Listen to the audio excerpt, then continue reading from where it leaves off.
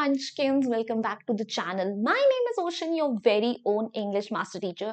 और आज आपकी मास्टर टीचर CBSE की one of the favourite poems यानी अमांडा पोम का वन शॉट लेकर आई है। मतलब आपकी टीचर आज आपसे डिमांड कर रही है सिर्फ 20 मिनट। आज मुझे सिर्फ आपके 20 मिनट चाहिए और इस 20 मिनट में आई प्रॉमिस यू कि आपको ये पोम इतने अच्छे से समझ आ जाएगी along with literary devices and themes included कि आप इस पोम से रिलेटेड हर क्वेश्चन आंसर को बहुत कॉन्फिडेंटली आंसर कर पाओगे। And as you guys know, इस पोम से मोस्ट ऑफ द टाइम्स आपसे पूछा जाता है एक्सट्रैक्ट बेस्ड क्वेश्चन जो कि है 5 मार्क्स का। तो अगर आपको भी अपने ये 5 मार्क्स सिक्योर करने हैं तो प्लीज इस पोम को ध्यान से एंड तक जरूर देखिएगा। और एंड तक जाने से पहले सबसे पहले वीडियो को लाइक कर दो और चैनल को जरूर सब्सक्राइब कर देना क्योंकि वो बहुत नेसेसरी है। Also, towards the end of this video ना, I have a surprise hidden for you. So please video को एंड तक जरूर देखना। All right then, without wasting any more time, let's discuss our session flow. तो भाई आज के session में हम अमांडा पोम की समरी सब कुछ करेंगे, उसके बाद हम थीम डिस्कस करेंगे और फाइनली लिटरेरी डिवाइसेस भी करेंगे जो यहाँ पे मेंशन करना हम भूल गए हैं। तो सारी की सारी चीजें आज आपको इस 20 मिनट की वीडियो में मिलने वाली है।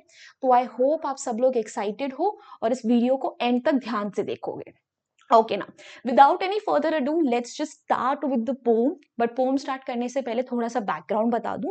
इस पोम में होता क्या है कि अमांडा एक छोटी सी बच्ची है, she is a teenage girl like any of you kids and this is a conversation between Amanda and उसकी मम्मी। कॉन्वर्सेशन भी नहीं है, वन साइडेड कॉन्वर्सेशन है जहां उसकी मम्मी उसे डिफरेंट सेट ऑफ इंस्ट्रक्शंस देती है कि अमांडा ये करो वो करो, अमांडा तुम ऐसे नहीं करती हो वैसे नहीं करती हो। और अमांडा उस चीज से बहुत ज्यादा परेशान रहती है, इतना परेशान रहती है कि वो ना अपने आप को इमेजिन करती है कि वो कभी रपंजल है, कभी वो मर्मेड है, कभी वो ऑर्फन है। बट वो कुछ भी करके अपने मम्मी पापा से दूर होना चाहती है बिकॉज वो इन कॉन्स्टेंट इंस्ट्रक्शन से तंग आ गई है। Alright, so that's about the poem. Now let's dive into the summary. So bhai, don't bite your nails, Amanda. Don't hunch your shoulders, Amanda. Stop that slouching and sit up straight, Amanda. तो बहुत ही simple language है इस pome की, तो आपको पढ़ के ही बातें समझ में आ जाएंगी। ये लाइंस बोली है अमांडा की मम्मा ने। अब कहीं पर लिखा नहीं है कि मॉम ही बोल रही है, बट ऐसी अथॉरिटी और ऐसे लाइंस ना यूजुअली मदर्स यूज करती हैं, तो हमने मॉम लिखा है। तो मम्मा क्या बोल रही है कि अपने नेल्स बाइट मत करो, शोल्डर्स हंच मत करो, ठीक है, ऐसे झुक के मत बैठो, स्ट्रेट बैठो। और वहीं पर ये जो पैरेंथेसिस है ना, जो भी ये ब्रैकेट्स दे रखे हैं, इसमें हम अमांडा की इमेजिनेशन बता रहे कि अब अमांडा एज अ रिस्पॉन्स क्या क्या इमेजिन करती है। तो क्या लिखा गया है कि there is a language emerald sea. Language का मतलब बेटा क्या होता है? लैंग्वेज का मतलब होता है पीसफुल। एमरल्ड मतलब green, where the sole inhabitant is me, a mermaid drifting blissfully. Drifting का मतलब होता है फ्लोटिंग और ब्लिसफुली का मतलब होता है हैप्पीली। तो हुआ क्या है भाई, देखो अमांडा की मम्मा उसे डांट रही है कि बेटा अपने नेल्स बाइट मत करो, ऐसे मत बैठो, ऐसे अपने शोल्डर्स हंच मत करो, ठीक है तुम कितनी बुरी लड़की हो। और वहीं अमांडा जो है अपने आप को इमेजिन कर रही है कि वो एक मरमेड है। ठीक है, मरमेड आप सबको पता होगा कि कौन होती है, जलपरी जिसे हम बोलते हैं। ठीक है, और वो ग्रीन सी के पास रह रही है जहां पे सिर्फ वो अकेली रहने वाली, she is the sole inhabitant, और वहां पे कोई नहीं है और वो पीसफुली बस उस सी में बहती जा रही है।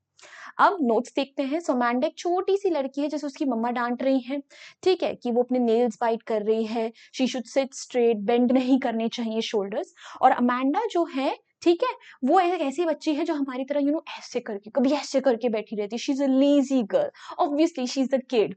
ऑलराइट, तो उसको हमेशा पॉइंट आउट करा जाता है कि भाई राइट पोस्चर में बैठो। अब एज अ रिस्पॉन्स, ठीक है, जब उसे स्कोल्ड करा जाता है, अमांडा अपने आप को एक ग्रीन सी में इमेजिन करती है जहां पे वो देखो ये रही मरमेड, एक मरमेड है, अकेली रहने वाली है सी की, और वो वहां पे बड़े ही रिलैक्स तरीके से ना अपनी लाइफ जी रही है। Moving ahead, did you finish your homework, Amanda? Did you tidy your room, Amanda?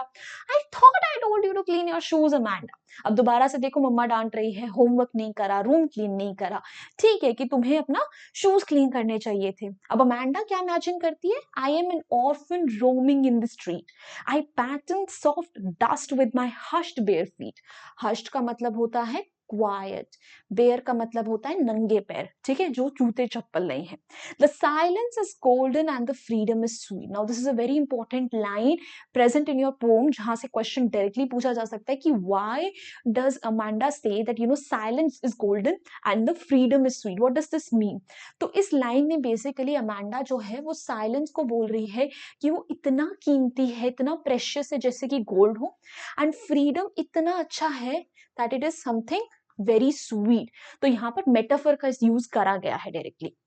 सो भाई अमांडा को देखो ऐसे होमवर्क करने के लिए, अपने रूम, अपने शूज क्लीन करने के लिए डांटा जा रहा है, और अमांडा अपने आप को एज अ ऑर्फन इमेजिन कर रही है, ऑर्फन जिसके मम्मी पापा नहीं होती है।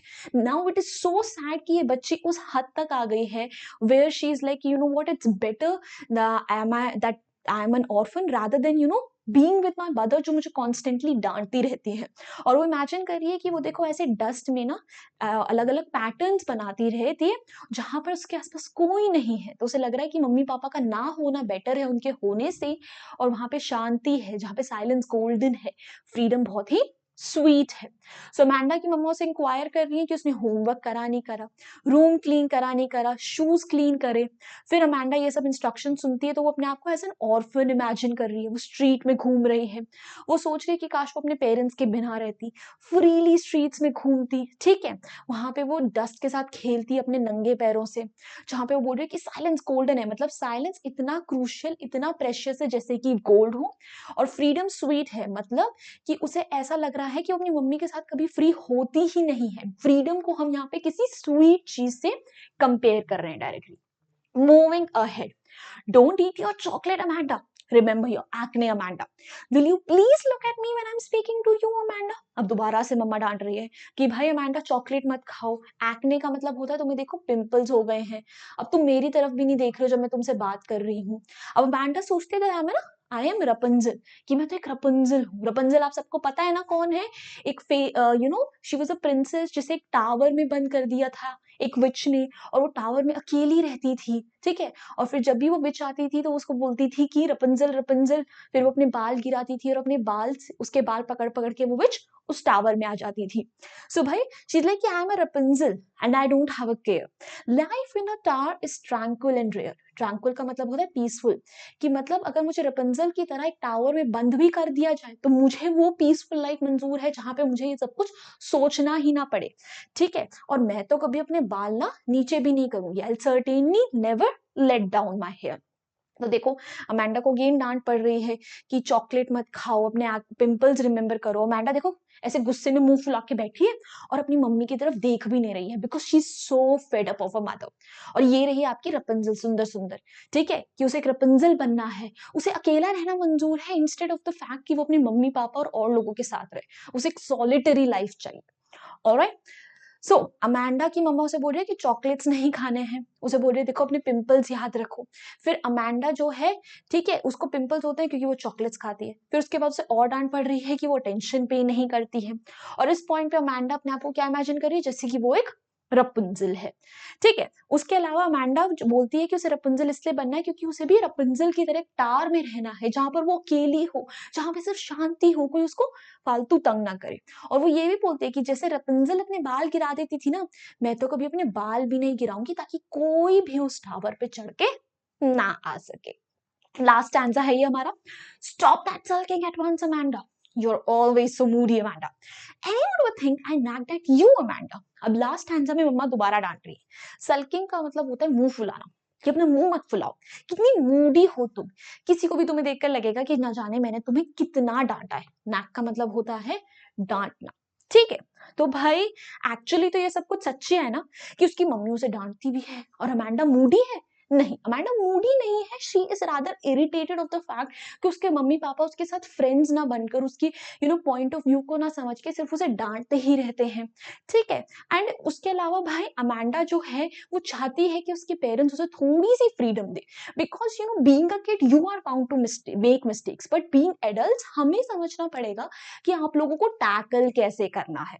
ऑलराइट। सो अमांडा की मम्मा उसे बोल रही है कि भाई ऑड मैनर में यानी अजीब तरीके से बिहेव ना करे, वो मूडी हो गई है क्योंकि उसका हमेशा बैड मूड रहता है, और कोई भी अगर ये देखेगा तो उसे लगेगा उसकी मम्मा उसे हरास करती है, यानी डांटती है, फटकारती है बहुत ज्यादा। तो इस तरीके से पोर्ट हमें बताता है कि कैसे अमेंडा जो है रिएक्ट भी नहीं कर सकती है अपनी मर्जी से। ऑफ कोर्स अगर आपको कोई डांटेगा, फटकारेगा तो आपका मुंह बनेगा, आपको गुस्सा आएगा, बट अमेंडा वो फीलिंग्स भी एक्सप्रेस नहीं कर सकती, उसकी मम्मी उसे वो भी अलाउंस नहीं देती है, which is so sad. Alright भाई, सो भाई लास्ट में क्या है, एंड इफ डज सो कि उसकी मम्मा जो है, ठीक है, उनको ऐसा लगता है कि उनकी प्राइड यानी जो सोसाइटी में जो लोग हैं ना वो देखेंगे तो उन्हें लगेगा कि उनका बच्चा देखो प्रॉपरली बिहेव नहीं करता है, तो उससे हमें पता चलता है कि उसकी मम्मी यहाँ पे कितनी डोमिनेटिंग है, ठीक है, वो अमेंडा के हर एक्शन को कंट्रोल करना चाहती हैं, और वो अमेंडा को सिर्फ अच्छे तरीके से इसलिए ब्रिंग अप करना चाहती है ताकि लोग तारीफ करें, तो उन्हें अमेंडा से ज्यादा सोसाइटी की चिंता है, ऐसा लगता है हमें। Alright, चलिए ना, so that's all about the summary of the poem. Now let's discuss the theme of the poem. Theme क्या है बेटा? सबसे पहले बात childhood innocence and challenges of maturing, कि कैसे जो बच्चे होते हैं ना वो एक्चुअली बहुत innocent होते हैं, and when they are growing up उन्हें हर चीज को पता नहीं होता है, and जो चाइल्ड बच्चे की परवरिश होती है उसमें पेरेंट्स का बहुत ज्यादा क्रूशियल रोल होता है। उस टाइम पे पेरेंट्स अगर बच्चों की फ्रीडम को बहुत ज्यादा रिस्ट्रिक्ट करेंगे तो वो सफोकेटेड फील करेंगे, तो एक बैलेंस होना बहुत ज्यादा जरूरी है जहाँ पे पेरेंट्स बच्चों को समझे, ठीक है, और उनको सही तरीके से गाइड करे, उनकी छोटी छोटी मिस्टेक्स को कंट्रोल ना करके। और दूसरा क्या है कि desire of freedom through day dreaming, जो अमेंडा ये डे ड्रीमिंग करती है, ख्याली पुलाव पकाती है, ये उसका एक एस्केप का जरिया है, जिससे कि वो अपनी रियलिटी से बाहर निकले और अपनी चाहे ख्यालों में ही सही बट अपनी एक मनचाही जिंदगी को जी सके। ये डे ड्रीम रिप्रेजेंट करता है कि अमेंडा को फ्रीडम की कितनी ज्यादा जरूरत है, वो कितना ज्यादा उसके लिए लॉन्ग करती है, और वो अपने पेरेंट्स के साथ रहते हुए कितना ज्यादा दुखी है। तो उसकी मिजरी पे हम लोगों को दया आती है देखकर कि जहां अमेंडा एक ऑर्फन होना मंजूर कर सकती है instead of having her parents around. Now, let's have a look at the poetic devices present in this poem.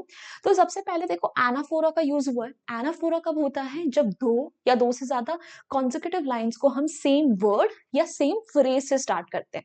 जैसे don't bite, don't hunch, don't से स्टार्ट हो रहे हैं। Did you finish, did you tidy, तो did you से start हो रहे हैं।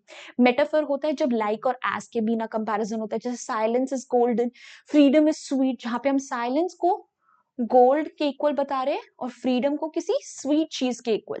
डिटेल में डिस्कशन पोम में करा था।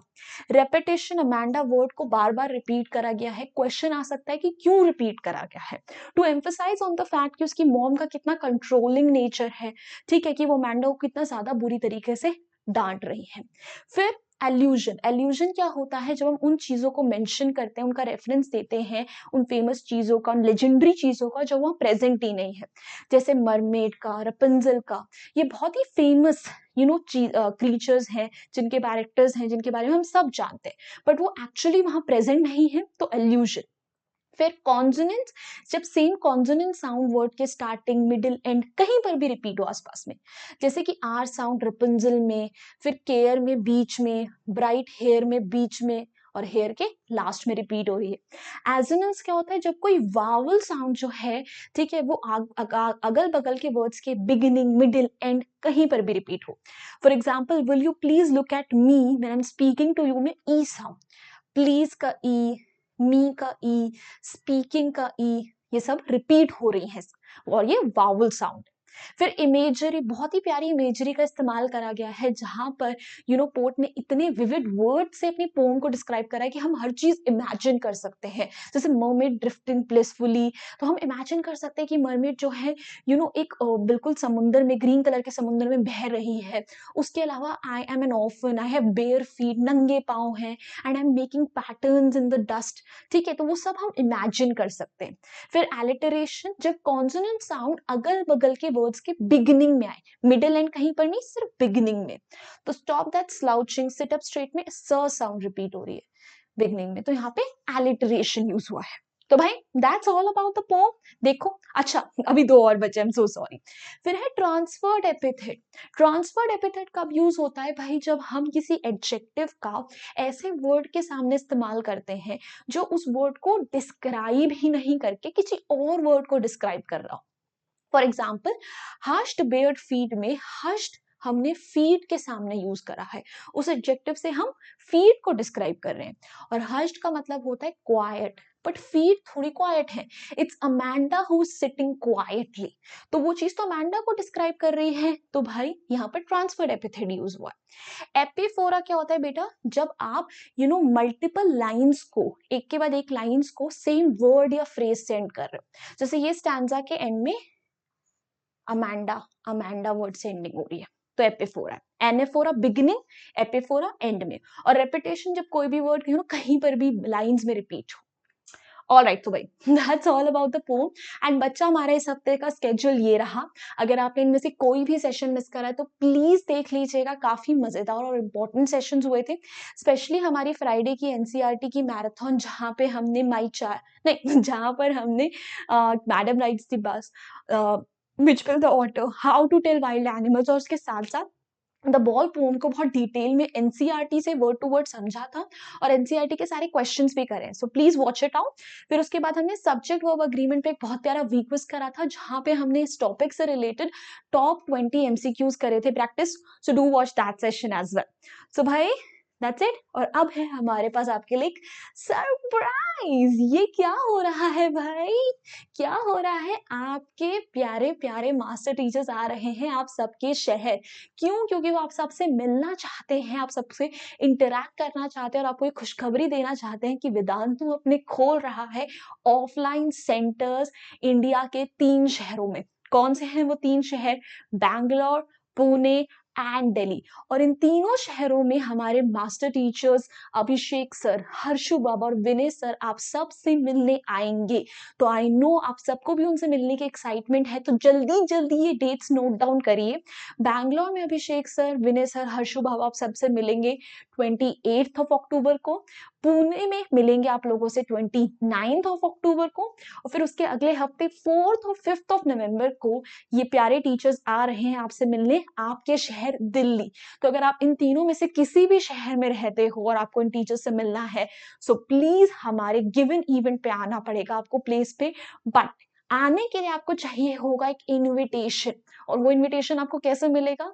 हमारे डिस्क्रिप्शन बॉक्स में एक लिंक दिया गया है, जहां पे आपको अपनी डिटेल्स देनी है, और उन डिटेल्स को भरने के बाद आपके पास एक फॉर्मल इनविटेशन आएगा, और तभी आप हमारे इन सेंटर्स पे एंट्री लेकर अपने टीचर्स से मिल पाएंगे। So what are you waiting for? Go ahead, जल्दी जल्दी उस फॉर्म को फिल करिए, link is in the description box. And बच्चा पार्टी, ये रहा हमारे टेलीग्राम चैनल का लिंक, इसका लिंक भी डिस्क्रिप्शन बॉक्स में है। Please join our community over there for BTS reminders and PDFs of all of these amazing sessions. Additionally this is my Instagram handle, जहां पे आप लोग मुझे अगेन रीच आउट कर सकते हैं कोई भी बातचीत के लिए। Also let me tell you कि इंग्लिश का एक शॉर्ट्स चैनल भी है, जहां पे हर हफ्ते I put up shorts to help you with the grammar and vocabulary.